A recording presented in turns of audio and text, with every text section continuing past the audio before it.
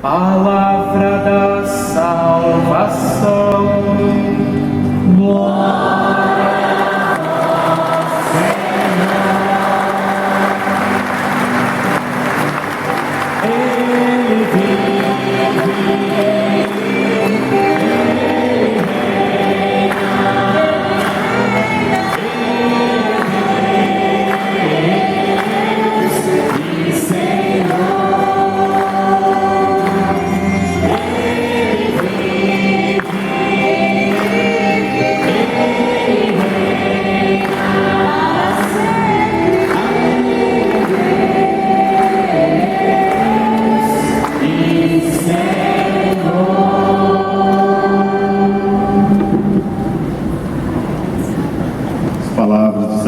Ele perdoe os nossos pecados. Achou um lugarzinho aí? Nem todos, né? Mas o padre vai falar um pouquinho hoje. Hoje é dia de São Gregório Magno. Ele nasceu no ano 540, foi prefeito da cidade de Roma. Depois, na vida religiosa, teve uma influência muito grande de São Bento, e ele ajudou a fundar também muitos mosteiros, ajudou muitos pobres, trabalho de caridade muito grande. Foi escolhido como Papa no ano 590, e nós herdamos dele, que é o Magno, né? O São Gregório Magno, primeiro grande, vamos dizer assim, como é reconhecido como doutor da igreja, um homem inteligentíssimo. O canto gregoriano mesmo, que muitos conhecem e gostam, né? Aí vem também dessa influência dele na própria liturgia. Hoje pedimos sua intercessão sobre todos nós, São Gregório Magno. Meus irmãos, a palavra é para nós a fonte. A Igreja Católica no Brasil chama os fiéis católicos para que no mês de setembro se dediquem um pouco mais. Todo mês é mês da Bíblia, todo dia devemos ler a Bíblia. Mas como pedagogicamente a Igreja chama para um estudo maior. Então você às vezes lê, medita a Bíblia, mas você já estudou a fundo a palavra de Deus? Então, por isso se destaca no mês do ano, para poder também os fiéis se preocuparem em estudar, em aprender, em conhecer a realidade bíblica. Este ano a proposta é o Evangelho de São Mateus. Talvez você já tenha lido, meditado muitas vezes, mas procure fazer de novo, ou então um outro livro da Bíblia que você não tem muito contato e queira aprender, meditar. Mas aproveite este mês. A proposta no Brasil é sobre o Evangelho de São Mateus. Aqui em nossa paróquia vamos ter as 3 próximas quartas-feiras, das 7h30 às 9 da noite, uma formação bíblica. 3 quartas-feiras, todos estão convidados, né? Próxima quarta e as outras 2 também. A palavra de Deus é um alimento para nós, um alimento sagrado. Falando em alimento, a primeira leitura de hoje, quando São Paulo diz: olha, eu não tive jeito de dar comida sólida para vocês, porque vocês não estavam preparados, são muito carnais. É igual a criança, o bebezinho, quando nasce, a mãe não dá tutu de feijão. Pode, né? Com torresmo, você gosta? Os mineiros gostam, leitoa, né? Criança não vai mamar. Ou na mamadeira, um chazinho, sei lá como que é, líquido, até um certo ponto. Depois, a criança passa a ter essa necessidade. Esta comparação não é minha, é de São Paulo. E ele fala: eu não consegui oferecer alimento sólido a vocês, porque vocês são carnais. Aí ele dá o exemplo: rivalidades, rixas, que mostram que sois carnais. E vocês procedem pelos impulsos naturais. Isto mostra que Talvez nem todos que estejam aqui na igreja nesse momento, ou estejam nos acompanhando pelos meios de comunicação, na verdade, nem sempre a pessoa entende, compreende uma linguagem espiritual. É o dia inteiro, ou é o mês inteiro, a vida toda, muito preocupado ali com uma realidade material, que tem pessoas que elas têm muita dificuldade para entender uma mensagem como nós estamos falando agora, ou para pegar um livro de orações e entrar em contemplação ou um espírito de oração. A pessoa tem dificuldades. Então, ainda a carne fala muito forte. O lado espiritual não foi muito desenvolvido. E tem outros que têm dons desde pequeno, desde jovenzinhos, tem uma facilidade para interpretar a palavra, para enxergar além das aparências, falar coisas sublimes. Pode ver, quem tem tendência para as artes, para a música, para a poesia e etc., leituras, né? Pessoa que lê mais, ela tem também esta facilidade de elevação. Mas aqueles que muitas vezes se preocupam exageradamente só com as coisas, têm um pouquinho de dificuldade, porque pesa, dificulta, cansa, a pessoa dorme rápido, né? Nossa, que conversa mole, já estou dormindo, porque é só aqui pegar um negócio, levar para lá, trazer para cá, é aquela coisa, né? É uma vida apenas ali de servir alguma coisa braçal, ou então com pouco raciocínio, ou então com poucas vezes desenvolvimento espiritual. É por isso que nós estamos aqui na igreja, porque nós viemos aqui pedir a Deus que nos ajude a sermos seres espirituais que somos. E o exemplo que São Paulo deu: quando a pessoa é excessivamente carnal, ela começa a tomar partido. Eu sou de Apolo, eu sou de Paulo, eu sou desse grupinho aqui, eu sou daquele ali, e esquece o principal, que é Deus. Paulo plantou, Apolo regou, mas é Deus que faz crescer. Às vezes nos preocupamos com coisas e esquecemos do principal, que é Deus, Ele que opera. Você está respirando agora, nem percebeu, porque Deus permitiu. Está permitindo que você me ouça, entenda, compreenda. É um dom. Então, nós precisamos virar um pouco a nossa mente, a nossa atenção para as coisas que nós não percebemos. Como diz lá o livro do Pequeno Príncipe, né, a frase famosa, né? O essencial é invisível aos olhos. Quer dizer, você não enxerga, às vezes, aquilo que é o principal. Seres espirituais. Você vai adquirindo a sua espiritualidade pela oração e pela partilha. Nós somos cooperadores na lavoura de Deus, falou São Paulo. Uma grande lavoura, né? Nós somos colaboradores. Mas quem faz a planta crescer não é Paulo nem Apolo. Não é o padre fulano, não é o papa ciclano, não é o bispo ciclano, não é a dona fulana, não sou fulano, não é aquele rapaz, aquela moça. Nós somos todos cooperadores, porque é a graça de Deus que faz. E depois, a última palavra seria sobre o Evangelho de São Lucas, capítulo 4. Jesus curou a sogra de Simão. Aqui nós percebemos que logo o autor sagrado conta que Jesus tinha libertado um homem que estava na sinagoga e estava possuído pelo demônio. Depois desta cena é que vem a cura da sogra de Pedro. Esta primeira cura já chama a nossa atenção.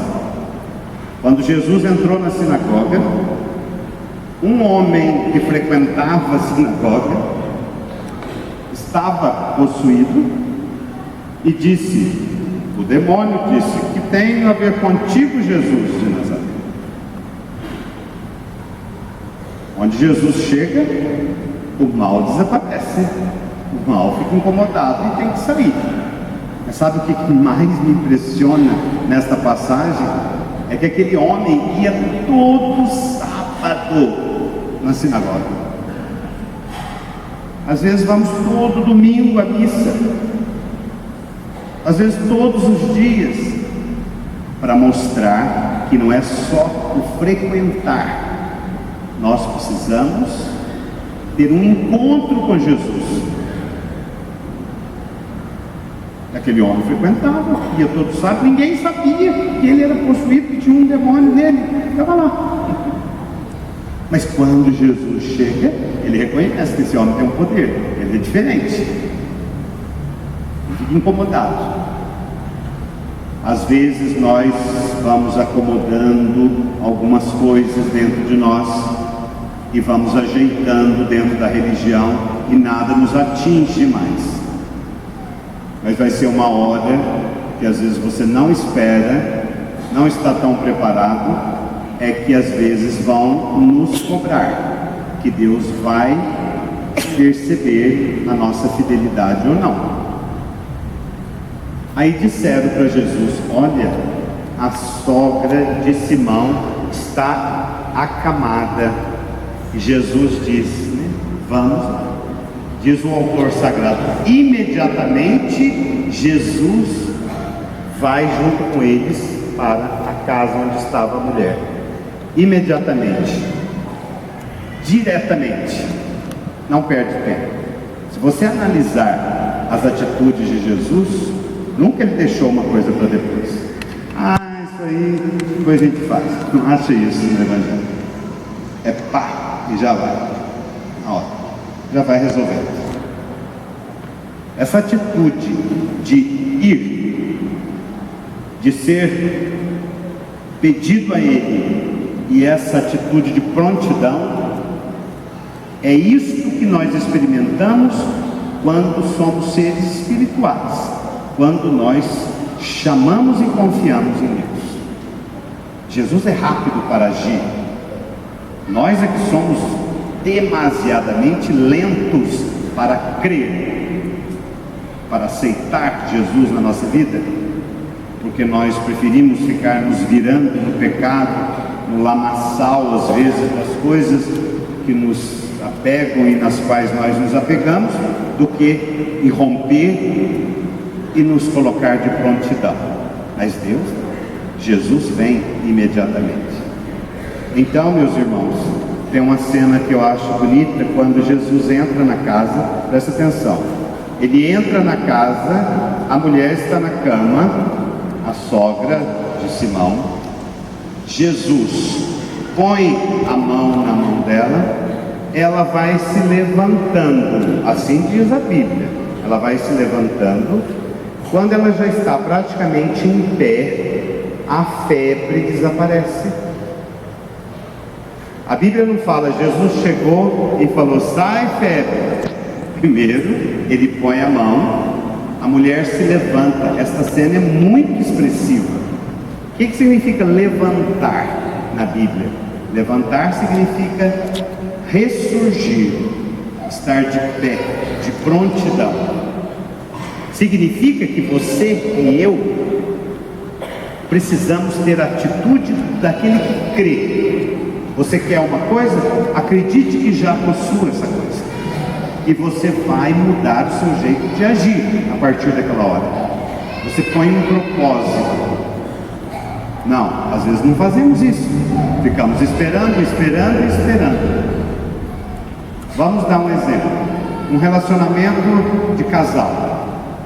Você quer muito que melhore o relacionamento do seu matrimônio e está esperando, às vezes até reza bonito, reza bastante, mas não toma atitude nenhuma para que esse relacionamento melhore. Você não acredita que ele possa melhorar. E quando ela viu Jesus pôs a mão na mão dela, ela já foi se levantando. É como se soubesse, a cura já chegou, eu já aceitei. Ela aceita primeiro Jesus no coração, depois ela vai se reerguendo. E a febre, Jesus repreende, ordena, e não tem nada que fique na frente. Quando ele ordenou ao vento que parasse, o vento parou. As curas que ele fez, os demônios que ele expulsou, não tem nada, força nenhuma que consiga suportar o mandato de Cristo, a ordem de Jesus. Eles pediram em favor da sogra. Nós também pedimos em favor das pessoas, pedimos em nosso favor.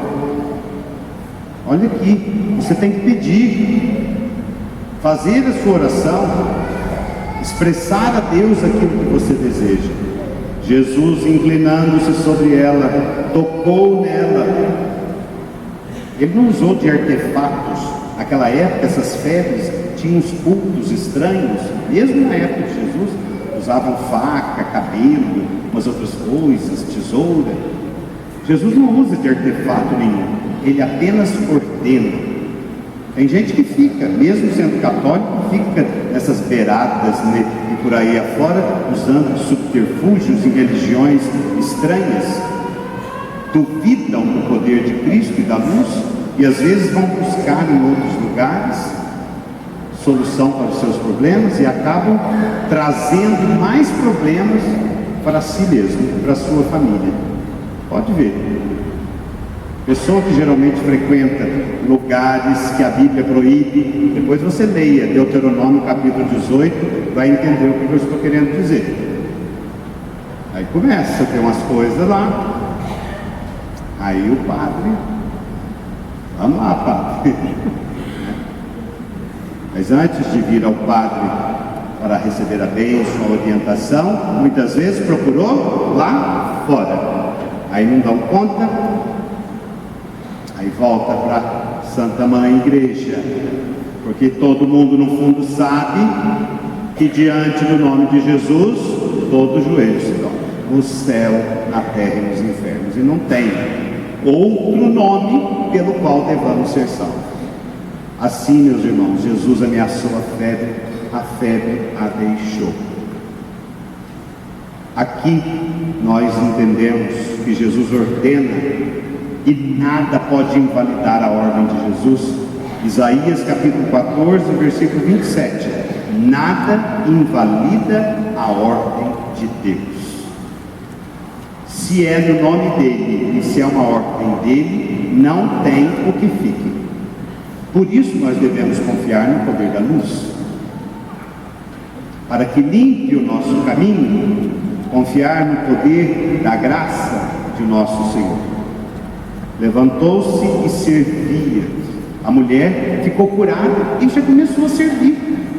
Cafezinho lá, uma bolachinha. Curados para servir. Assim somos nós.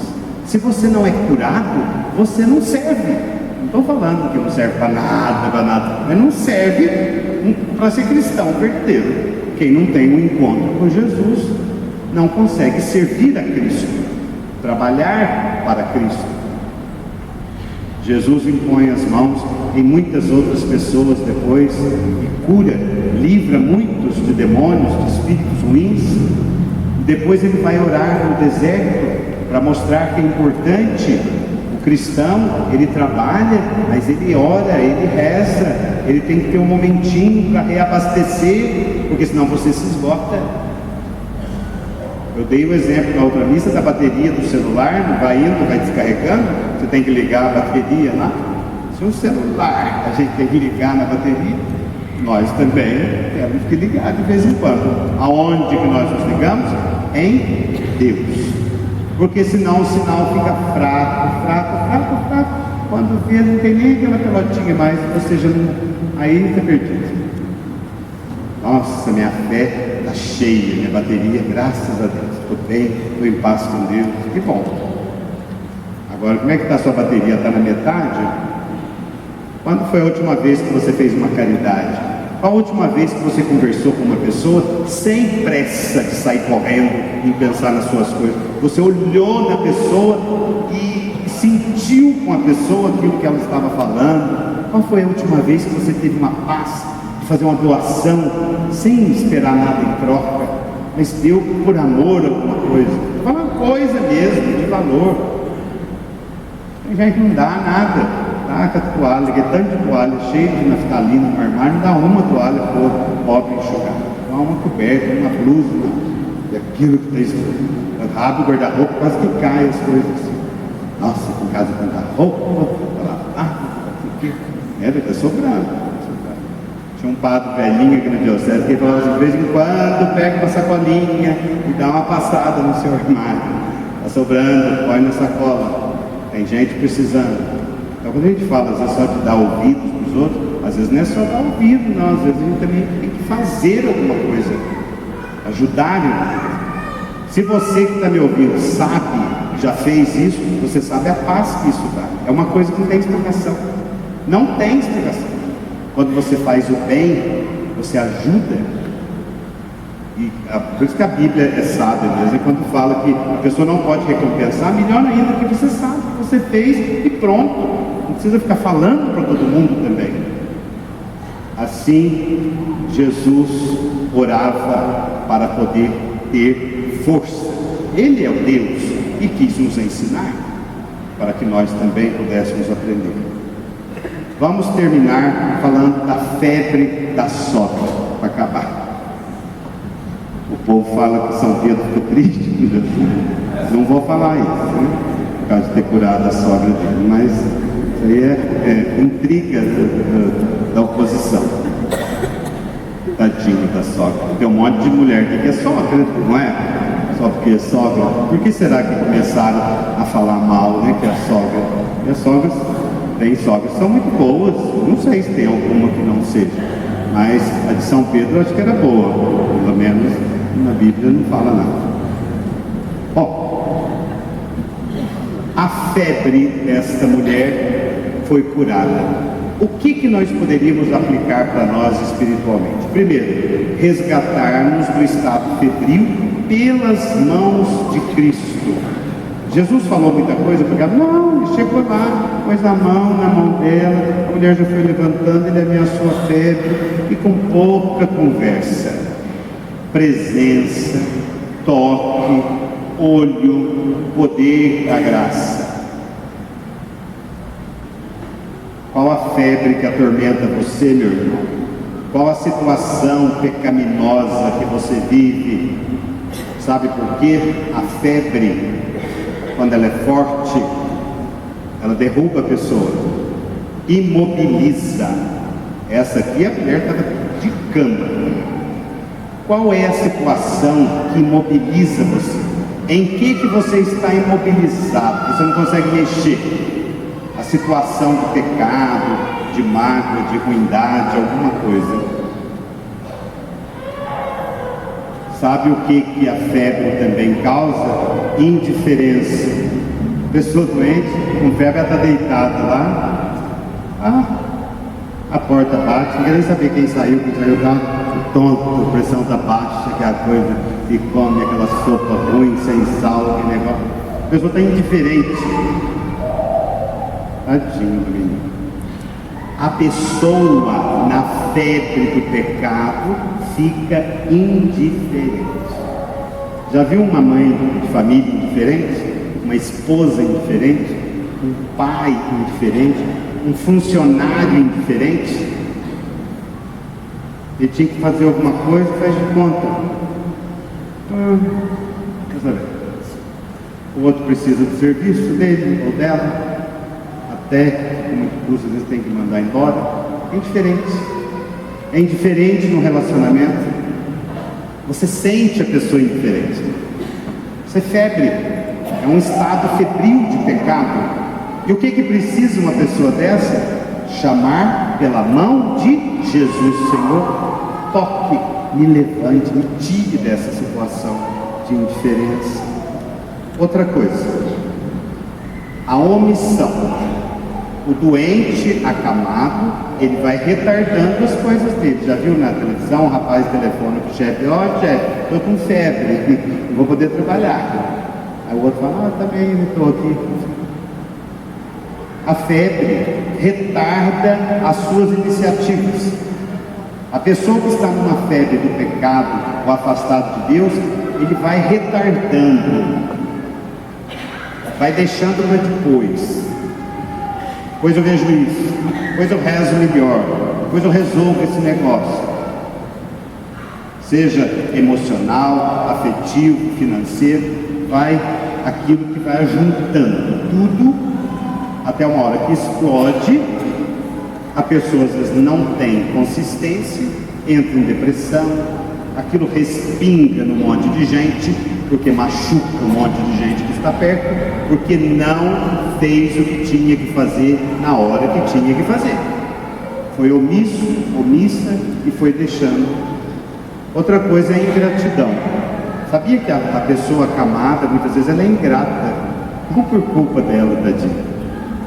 Quem cuida de gente acamado sabe disso. A pessoa doente às vezes xinga muito quem cuida. Já viu falar isso? Ah, não quero tomar banho de novo. Esse remédio não adianta nada. Para quem que vai reclamar? Para a pessoa que está lá do outro lado da rua? O ser humano. É ingratidão, às vezes com quem? A febre, a doença, às vezes nos faz ingratos com quem cuida de nós. Não percebemos o esforço dessa pessoa. A febre do pecado é a mesma coisa. Você não valoriza quem está perto, você é ingrato, porque você está tomado por si mesmo, pelo seu egoísmo, pelas coisas que você quer para você, e não consegue perceber os outros que estão à sua volta. E não entra em acordo. Já viu que o desacordo ele causa uma paradeza total. Mas quando você está de acordo, você aceita, você é parceiro, você é cúmplice do outro, você está junto com a outra pessoa. Então vamos pedir no final desta nossa meditação. Está com febre? Eu estou queimando, mas não é de calor, mas calor humano. Que febre! Eu quero que você pense nisso. Qual a febre que você está passando? Ah, Padre, não estou com febre, não estou bem. Não estou falando no corpo, estou falando na alma. O que te incomoda? O que tem te incomodado? É essa que nós vamos pedir nessa missa hoje, para Jesus colocar a mão e nos reerguer. Porque às vezes você está um pouquinho caído, um pouquinho desanimado, desorientado, e hoje é um momento de graça, de bênção para nós nos levantarmos. Vamos pedir agora a Jesus que Ele nos reerga. Feche os seus olhos um minutinho. Agora peça ao Senhor, assim como Ele entrou na casa de Pedro, que Ele entre na sua casa também, lá da sua família, e entre sobretudo agora no seu coração. E se tem alguma doença, alguma febre espiritual, diga para Ele. Será o seu objetivo nessa missa, de buscar esta cura, esta libertação. Louvado seja nosso Senhor Jesus Cristo. Para sempre seja louvado.